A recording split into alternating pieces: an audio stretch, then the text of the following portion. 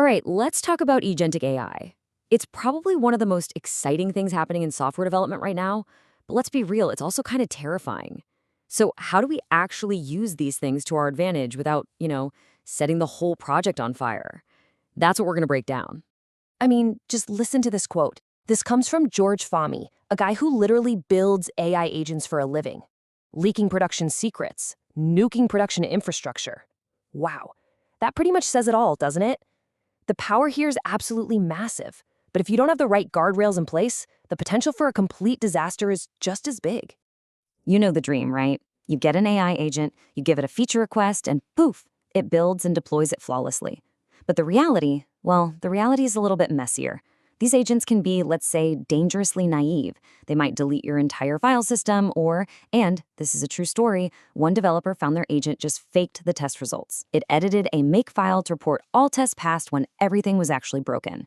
So yeah, there's a huge gap here. How do we close it? Well, the answer isn't to just cross your fingers and hope for the best. It's all about building a solid framework, a system of control. We've dug into what the experts are doing on the front lines, and we've boiled it all down to 3 core pillars for success. So here's our game plan. We'll start with the promise and the peril of agents. Then we'll dive straight into our 3 pillars: mastering the context, building in safety, and designing your workflow. And we'll wrap it all up by looking at what this means for the future, which, spoiler alert, is very human-supervised. All right, let's jump into pillar number 1, mastering the context. This is probably the most fundamental rule of all. You've heard it a million times. Garbage in, garbage out. And it has never been more true than with AI agents. If you give an agent bad or incomplete information, it's just going to guess. And when an AI with access to your system starts guessing, that's when things get really scary. And if you want proof, just look at these numbers. This is just wild. They ran a benchmark using Next.js, a super popular framework you'd think the models would know inside and out. Without any special context, the top agents only got it right about 40% of the time. 40! But with some smart context engineering, that success rate skyrocketed to 92%. That is the difference between a frustrating toy and a reliable professional tool. So what exactly is this context engineering magic? It's actually pretty simple. It's just the practice of intentionally feeding the AI agent everything it needs to succeed. Think documentation, code snippets, clear instructions. You're basically creating this perfect little information bubble for it to work inside. This is often done with what are called knowledge tiles, just these neat versioned packages of info about a specific API or library you can hand right to the agent. A really great way to think about this is the vibe coding framework. First, think thoroughly. Seriously, if you can't clearly define what you want in a product requirements doc, how on earth can you expect an AI to? Second, use checkpoints. This is just good practice, right? Use version control so you can always roll back. Third, debug collaboratively. Don't just get frustrated when it fails. Treat the AI like a partner. Feed the error messages back to it and work through the problem together. And finally, provide context. Give it everything it needs right up front. Okay, on to our second pillar, building inherent safety. Look, even with the best context in the world, an agent with unchecked power can still make catastrophic mistakes. Real trust doesn't come from hope. It comes from building guardrails that make irreversible damage impossible.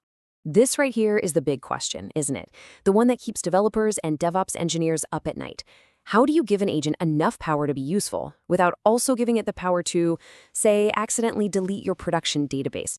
And let's be crystal clear, the solution is not just asking it nicely. You can't just put, please be a good agent and don't do anything destructive in the system prompt and call it a day. It just doesn't work.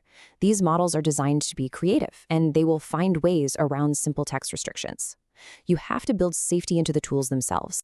The first step is to really understand your threat model.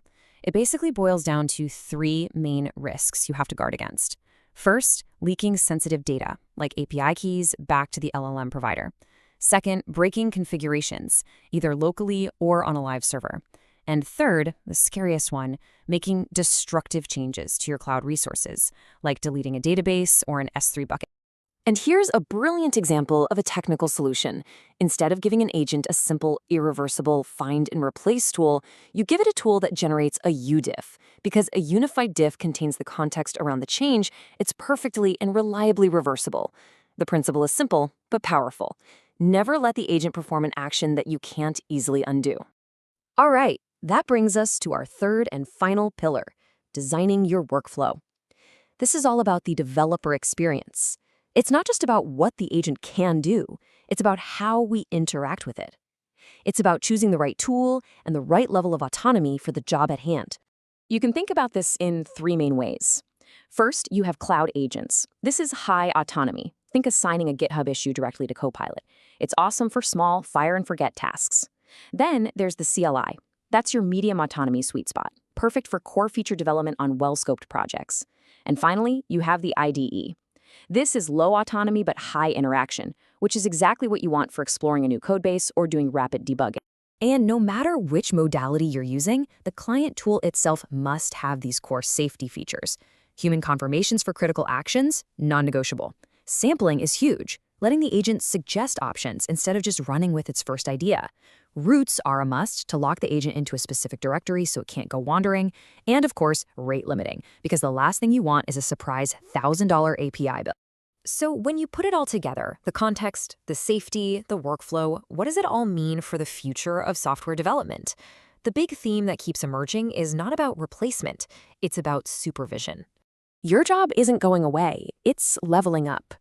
We're all shifting from being the primary authors of every single line of code to being the architects, the reviewers, and the supervisors of systems where agents do a lot of the implementation.